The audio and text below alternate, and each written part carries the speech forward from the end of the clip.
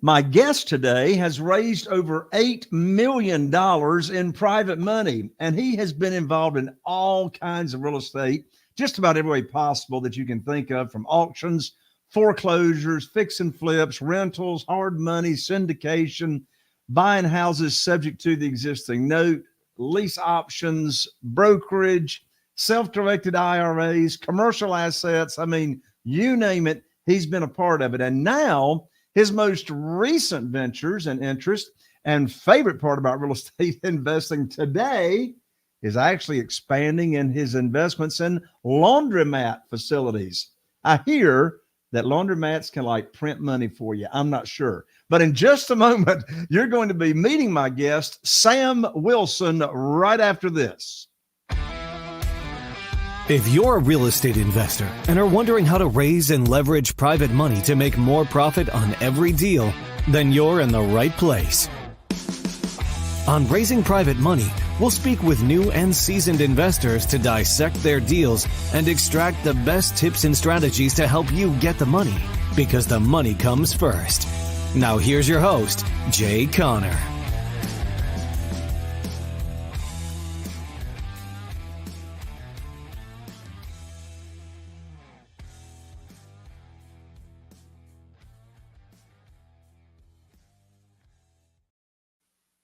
Well, Sam, to get the show kicked off, I mean, Mylands, you've raised over $8 million in private money, and this is Raising Private Money for your real estate deals. This is what we talk about on the show. And so, first of all, what was it what part of real estate was it? Take us back to when you first started raising private money. Why did you start raising private money, and for what kind of deals was it? I started raising private money. Well, I mean, like the rest of us, at some point we run out of our own capital. And so I started raising private money when we were buying houses at the foreclosure auctions. Those were all cash transactions. You had to show up to the courthouse steps, hundreds of thousands of dollars in your pocket in cashier's checks in order to buy those assets right then and there. And I had to have, private money to do that. So that's really where I started, was actually just getting promissory notes, unsecured promissory notes from friends and family and anybody else I could convince that I was going to put their money to good use, and paying them handsomely for that. And then I would just go and use that at the foreclosure auctions. Right. Well, your story is similar to mine.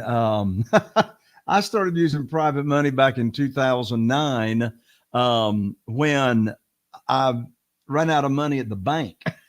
In other words, I was relying on, my local bank to fund my deals, and called them up, had a couple of deals on the contract, and I learned my line of credit had been shut down. Of course, we know what was going on in 2007, 8, and 9. Well, Sam, take us back to that first private lender that started loaning you money. How did you approach them? How did that conversation go? Because, our listeners here on the show are all the time wanting to know, how do you start a conversation with a potential private lender? And what should that conversation sound like in order to end up having someone do business with you as a lender? I would say that conversation in the beginning was full of fear and trepidation. Even though I knew what I was doing at that point and had a reasonable track record behind me, I'd never really gone to anybody else to raise money or ask them for money or tell them how to structure the deal. I remember writing up our own kind of in-house promissory note that I borrowed from somebody else and tweaking it to I don't recommend this necessarily, but tweaking it to where it made sense for the both of us, and just saying, hey, here's what I'm going to do with this, and here's the term at which I'm going to borrow the term and rate at which I'm going to borrow the funds. And then, after the races we went, that conversation would be very different, I think, today, but I don't want to get maybe necessarily into the weeds on that unless you want to go down that rabbit hole. Oh, let's go down that rabbit hole, because what's relevant is today. So if you were to start having a conversation with a potential private lender, how would you start that conversation, and how would you approach it today versus, when you did the very first time? Yeah, I would approach it very differently. One, I'd put a deal deck together. It'd be one of the first things I'd do. I'd say, hey, look, here are all of the things that we are investing in or that we will be investing in. depend on how they were, being secured in the asset. Again, if it was buying at the courthouse steps, there's not really a good way to give them security in the asset until after we've already spent the money, which is kind of that's a nuance, and somebody's got to know you very well. On the other side, though, I would put a very nice deal deck together that shows, one, what our track record is, what our history is, the types of assets we've bought, what we own right now, our performance to other investors. Have we ever lost money? I might even put things in there like, top 10 mistakes I've made in real estate. Because I think anytime you can tell the truth about who you are and what you know, that instills confidence, I think, in investors, when you can say, hey, here's some things we've done wrong in the past, and here's how we mitigate that risk going forward. Maybe not necessarily things you've done wrong, but at least put a risk mitigation plan in that deck as well. So those are some of the things I would think through if I were to approach you and say, Jay, I'm raising $1 million, and here's what we're going to do with that money, and here's how I'm going to protect your asset. So, or your interest in the asset. So Sure. Yeah, that's where I'd start. Yeah. Yes. What comes to my mind is, when I'm talking with a new potential private lender, one thing that I learned at the very beginning about raising private money was to separate the conversation between what my program is, what I pay my private lenders, how they're protected, how they can get their money back early in case of an emergency. And I teach them my program. The beautiful thing about the way that at least I approach private money is that I can't be rejected because I'm not raising money for a particular deal. I've learned over the years the worst time to be trying to attract money is when you need it for a particular deal, right? Yep. So I separate the activities of teaching people the program. The old traditional way of borrowing money is you go to the bank and get on your hands and knees and put your hands underneath your chin and you beg and you say, please fund my deal, please fund my deal. And, in this world, we're not doing that. Instead of asking for a mortgage, I'm actually offering a mortgage. So, and plus, I tell people all the time, if you're teaching your private lending program and then you talk about a deal in the same conversation, unfortunately, most of the time you already sound like you're begging and you're desperate if they've never loaned you money before. But, when I call it putting it in the queue, like they tell me they've got, X number of dollars, 150,000, 200,000, whatever dollars. I say, okay, well, I'm going to put you in the queue and put your money to work for you just as soon as possible. And then I call them up within 2 weeks or so. And I say, I got great news. I can now put your money to work. Then, it's like, I'm not chasing, I'm not begging. I'm actually offering them an opportunity. You agree with that philosophy and outlook? I do. And our business model, has changed in the commercial real estate space too. Unfortunately, it's probably a little bit different than what you're doing, in that now we are raising on a per deal basis on rather large real estate syndications. So, we've moved from that private money model. It's still private money and it's still syndications and it's still investments in the actual assets, but now it is on a per asset basis. But I will say that we are constantly, to your point, reaching out to investors, talking to investors, engaging with them, even if we don't have live deals, to let them know what it is we're working on, the types of things we're working on, so that when the time comes, they are prepped and ready to make that investment, as opposed to just going in cold. Sure. And you make a great point. To your point, Sam, attracting money for syndication or raising a large pool of money for a larger project, then obviously that is a different approach versus, having funding, for a single family house. Well, I know you want to talk about laundromats, and I do too. But before we do, let's give away a gift, Sam. I've got a new private money guide called 7 Reasons Why Private Money Will Skyrocket Your Real Estate Business, help you build incredible wealth. You can download this private money guide for free. It'll get you on the fast track to private money, never missing out on a deal for not having the funding. You can download this for free at jayconner.com/money guide. And that's with an ER, not an OR. Jay Conner, JayConner.com/money guide. Download that for all the private money that you need. So let's talk about the laundromat industry, Sam. I know absolutely nothing about the laundromat industry. So first of all, why do you believe this is a good investment opportunity? Why is investing in laundromats a good opportunity? We have invested in practically every commercial real estate asset class. I know you gave that there in the introduction, from multifamily, self-storage, land, parking, RV resorts. I've touched all, I think, except for industrial and office space. And the only two maybe that I have yet. Well, you were And even smart those, not to do the office space since everybody's on Zoom now. correct. But even in, well, outside of, I'm doing office space conversions right now as a passive investor, not as an active investor. That's passive investments for me. Turning those into storage, which is a fun project to see go down. But I digress. I say all that to say that why is right now a good time to invest in the laundromat space? Anytime you can find a fragmented industry consisting primarily of mom and pop owners, and I'm going to say this, and it's going to maybe hurt some feelings, but unsophisticated mom and pop owners without the systems, the processes, the technology, or the capital backing to really turn it into a professionally run business, it is ripe for someone to come in and consolidate. So that's that's thought number one, is that it's a very fragmented industry. Thought number two is the one I've already. Sam, before you go to thought number two, how is a fragmented, what is it about an industry being fragmented? First of all, I want you to define that. What is a fragmented industry? And then secondly, what about a fragmented industry offers opportunity?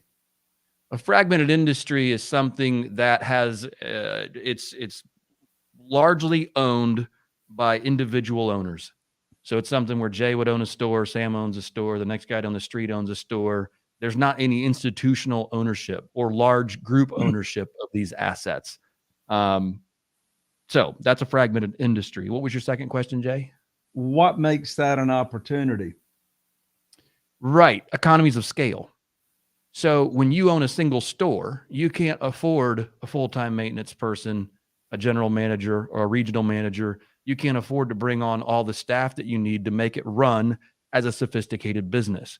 You also don't probably have the capital backing to do the necessary capital expenditures to improve or invest in technology or invest in all the things that make a store go around and actually become a very professionally run organization. For you, you might say, gosh, Sam, putting $1 million in equipment and payment systems in a store, I only own one store. You're like, I'm however old you are, Mr. Owner, let's say he's 55 years old and he's thinking to himself, I kind of like the $80,000 a year I'm making on this store. Putting $1 million into, that's a lot of money and that's a big payment. And I think I'll just, ride this thing out for as long as it keeps making money. And then one day I'll sell it. And by the time they sell it, they've run it into the ground. And it's, the value of it's gone to almost nothing because the NOI is just falling off a cliff. So that said, I'll just go back to the first statement of economies of scale. If we buy 10 stores in an area, I can now afford a regional manager. I can now afford a full-time maintenance person. We can get full-time maintenance trucks. We can get vehicles. We can get in-house delivery, delivery drivers. We can get all of these things that, 10 stores can support, but one may not be able to. So that is one of the key reasons why it is just ripe for consolidations, because there's just not that large owner. There are a few, but there's not the broad-based large ownership groups out there that have really taken this on. And you may, you'd have to wonder why. And I don't completely know the answer as to why. I just know how the business works. I know the return profiles of the business, and I'm really excited about it because it's an inflation-resistant, recession-resistant asset class behind food and shelter. The third thing most humans want is clean clothing. And the demographic that uses laundry facilities today don't stop using laundry facilities the worse the economy gets. In fact, they start using them more. So it's a really neat business to be involved in. And it's a neat opportunity to come in and really bring not just sophistication, but also, think about this, Jay, like why does the term coin laundry still exist? Why are we putting quarters in machines? You can pay by phone. You can pay by phone. You can sit in your car and have the machine tell you when it's done running, so you can come back inside and get your laundry out and move it over to the dryer if you want. But 99% of the stores out there don't have that basic technology. Like we're getting rid of the coins in a coin laundry because it's not 1965 anymore. There's no reason to put I mean, most of our machines are $9 and $10 a piece to start anymore. Why are we putting 40 quarters in a machine? It doesn't make sense. And that's what you find almost entirely across the industry. So those are just small things I look at and go, and we're getting rewarded. I'm just blabbermouthing here, but we're getting rewarded handsomely for going into these stores and putting $1 million in equipment in, putting in brand new equipment, making them brand, just top to bottom, retrofitting these stores, automatic doors that unlock, bright lights that never go off, fully attended, brand new equipment, payment systems, loyalty card systems. I mean, just all this stuff that kind of goes into making a new experience for the end user of a laundry facility. And it's working out really well. That is awesome. So, from what would you say, Sam, is your overall investment strategy, and how does investing in laundromats fit into that strategy? Yeah. So my overall, and this has been something I have learned the hard way. My overall investment strategy personally for the last 3 or 4 years has been highly opportunistic. And by that, I mean, I know enough people in the industry. I run a real estate podcast. I get deals sent to me all the time. And it was just kind of fun for me, where it was like, hey, I got this really cool multifamily complex. You want to join us on this? And I'd say, yeah, sure, that'd be fun. We'll go down and buy a multifamily apartment complex. And then we go buy self-storage. Then you heard that in my bio. And I would say in the for better or worse equation, it's probably been on the for worse side of things, just because it hasn't been a very laser focused thing. So there's one thing I've done probably not very well, is being highly focused. So my overall investment strategy, especially right now, we're recording this, this is April 4th of 2023, is one, downside protection. So that's step one. I think that's one thing investors and myself are particularly concerned about right now, is the loss of capital and or being highly focused on capital preservation. So that's step one. Step two is finding an asset that we can reprice with inflation. And unlike a long-term lease on a multifamily project, or even a triple net lease, that doesn't reset for 5 years, I can change prices at our stores like a gas station. It takes me about 30 seconds and I can reprice an entire store, which again, your mom and pop owners can't do because they got to go to each machine and program them. But for me, I can do it right here from my computer while I'm talking to you. So it needs to be inflation resistant. And then thirdly, it needs to be recession resistant. I already talked about that. So it's something that in the overall investment strategy, and it needs to produce a double-digit cash on cash return to both my investors and to me.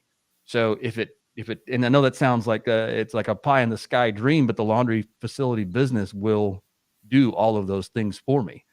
So yeah, that's the strategy right now. If it meets those 4 metrics, I'm in, and the laundry business is it. And so that's really where we are going long.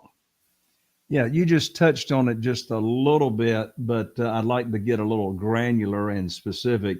So when investing in laundromats, what kind of returns are you typically looking for in an investment like this? Yeah, it's a great question. I will give you more of the industry, kind of the industry-wide return profiles, because I don't want to get granular into the splits between investors and general partners and this and that. We don't have time to get into all that. But on an industry-wide return on investment, cash on cash annual return on investment, it's 25 to 35%. Wow. And we found that to be true. Very, very healthy. And I'm living proof of it. I can tell you that from the stores that we own right now, that's absolutely the way it works. And I don't, but that, hopefully that answers your question. Was that? Oh, it does. I mean, a 25% return that's phenomenal. I mean, phenomenal. Regardless of any kind of, asset class that you're investing in. Well, and no matter what we do in business, there's risk. There's risk involved in everything we do. So what would you say, what kinds of risk are perhaps associated with investing in laundromat facilities, and how do you mitigate those risks? Yeah, it's a great question. I will start with the positive news. The positive news is that we have a 95% industry-wide success rate in the laundromat business. That means 9.5 out of 10 laundromats that go into existence are profitable laundromats, which is an astounding statistic. That's amazing. Yeah, compared to the restaurant business, I don't know what it is, but I mean, if I were It's to, low. take a low, I'd put it at maybe 3.5 or 4 out of 10 restaurants end up being wildly successful. So that's the good news. Laundry facilities thrive in areas where laundry facilities are needed. So just think about that for a second and go, okay, there's a certain subset, there's a certain demographic, there's a certain area of town where laundromats are needed. They're not going to be in the areas of town where the median home selling price is $2.5 million. It's just not where they're going to thrive. So you get the attendant problems that go along with that.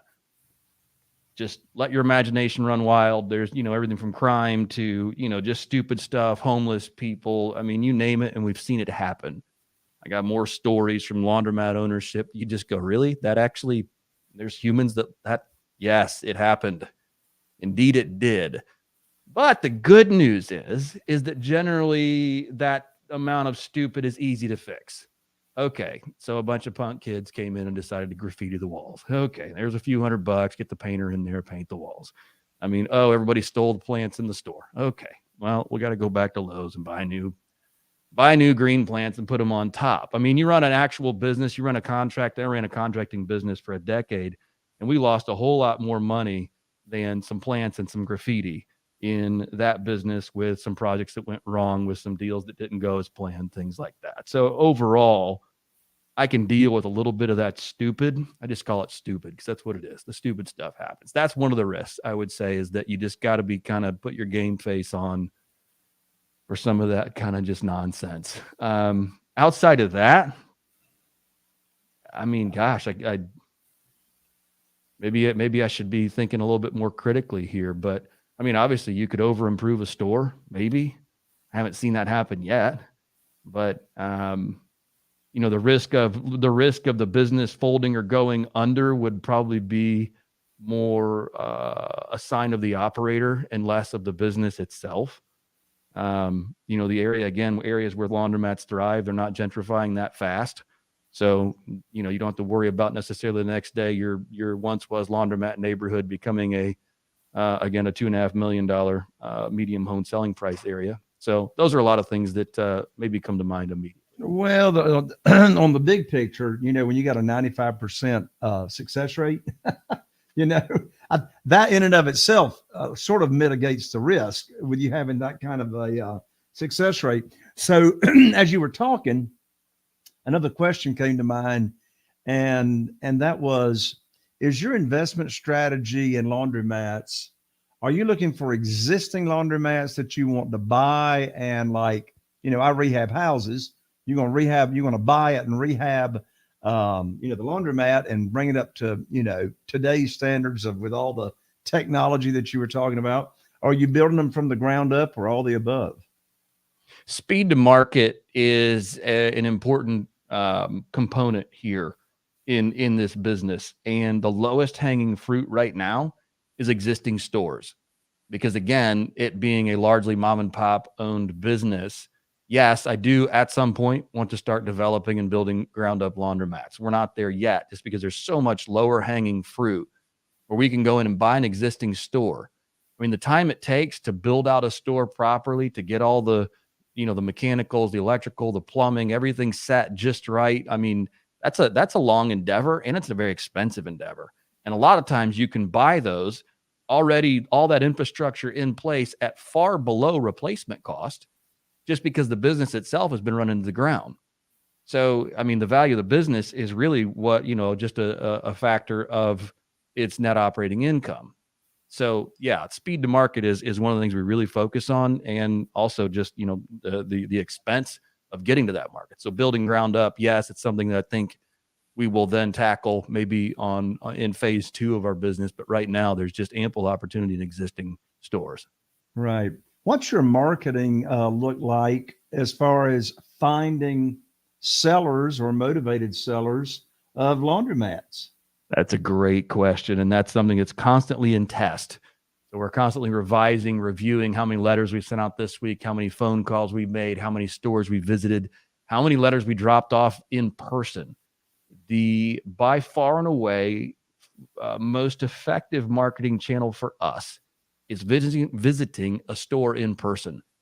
So we will just go, and a lot of times even the owner may not be there, but that's okay. We're going to drop off a letter for that owner right there and leave it with whoever's working there, or leave it on the desk, or slide it under the door somewhere. Leave it where somebody that has keys to the building is going to walk in and find it and go, oh, hey, Sam stopped by and he's curious about my laundromat and would like to see if we're interested in selling. By far and away, the most time consuming, but also the most effective marketing that we have done to date. Yeah. So what you're saying is your most effective marketing method is knocking on doors. Bingo. You got it, man. You got it. I love it. And we've done loads of mail. We've done loads of phone calls. We've done loads of everything. And the best thing we've done with the fastest, most effective results has just been knocking on doors. Yeah. Well, a lot of laundromats, just my own personal observation, some of them are standalone stores. Some of them are renting space in a, shopping center kind of thing. Does it matter to you? Do you have a preference as to whether you're investing in a business that's renting space or otherwise? Well, we will take a store on a lease. Certainly. I would prefer to own the real estate always. I want to control it if we can. I mean, that's kind of the number one rule, I think, is to control the real estate. So we do have stores on leases, and those are fine. But always with the understood objective, even with the landlord, the day we sign a lease, I want to buy the whole facility. And that can be, and these can oftentimes be found, and this is kind of a secondary part of the business, but they can be found in a retail strip center, right? So you may have a laundry facility, you may have a barber shop, you may have a ice cream store, you may have a liquor store, you may have any of these other kind of relevant I'm not going to call them last mile, but they're businesses that you can't Amazon, that are all right there. And it's like, well, why don't we buy the whole building? And that too is a component of what we're doing. So yes, is the answer to both. Okay, cool. So when you buy these, of course, capital's needed, right? You, like me, we raise money. We attract money. We attract lenders and investors. So what kind of capital investment is required to purchase and operate these type of facilities? And how are the funds raised? That's a great question. I'm going to use a number and say it's roughly $1 million a store. By the time if it's a standalone store, by the time you buy the store, put all your equipment in, you're going to be all in for about $1 million if you're doing it right. And it's the size of facility that we want. That is also, it can vary wildly.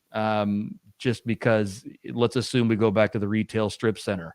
Like maybe it's a really nice retail strip center, and maybe there's a laundromat, and maybe there's a car wash attached to it as well. So again, things that we would buy would include all of those, because this just kind of fits the laundromat being the anchor tenant, if you will, and the other things being kind of ancillary revenue streams that go right alongside of it. So that number could be $2.5 million. I mean, it's really hard to say, but I would say on an average, if I'm just throwing a dart at the dartboard, I'd say on an average deal, it's going to be roughly $1 million out the door by the time you've got a store completely retrofitted and ready to go the way you want it.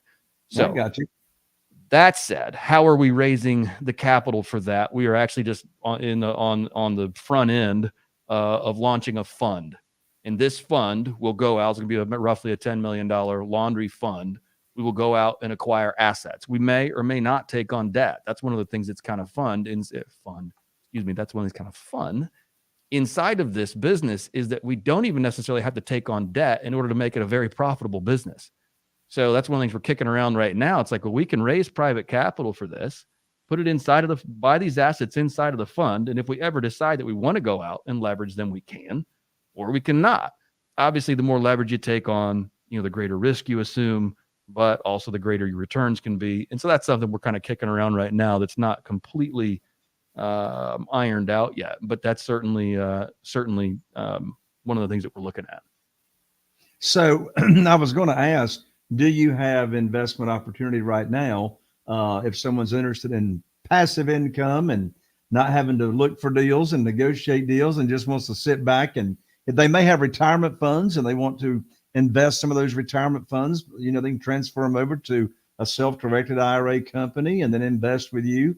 How would they reach out to you and find out more about your investment opportunity and the kind of returns they can get? Go to brickeninvestmentgroup.com. That's BRICKEN investmentgroup.com/join and join our Bricken Investor Club. That's how you get notified of all the opportunities that we have coming up. We will have the laundry fund launched probably in the next 30 to 45 days, and there'll be ample opportunity inside of that. We've already got a pool of stores that are going to go into, and including both the businesses and the real estate going into that fund, like 5 or 6 stores already that are lined up to go into that fund. It's going to be a great opportunity, I think, on that front to get into the laundry business. So again, go to brickeninvestmentgroup.com/join, and you can hear all about our opportunities. That is great. Sam, thank you so much for taking the time to join me here on Raising Private Money. You're my first laundromat guy. Good. I'm glad to be of service. Thank you again for having me on, Jay. This was loads of fun. Absolutely. You got it. Well, there you have it. Another amazing episode of Raising Private Money. I'm Jay Conner, your host, also known as the Private Money Authority. And we really appreciate the subscribes and the follows. If you happen to be listening on iTunes, just click those 3 dots and click on follow. If you're watching on YouTube or Facebook, any of our other live streaming channels, be sure on YouTube to ring that bell so you don't miss out on any of the other upcoming amazing episodes. So I'm looking forward to seeing you right here on the next amazing episode of Raising Private Money. And I'm Jay Conner, wishing you all the best, and here's to taking your business to the next level. See you right here next time. Are you feeling inspired by the knowledge you gained in this episode? Then head over to jconner.com/moneyguide. That's jconner.com/moneyguide and download your free guide that shares 7 reasons why private money will skyrocket your real estate investing business right now. Again, that's jconner.com/moneyguide to get your free guide. We'll see you next time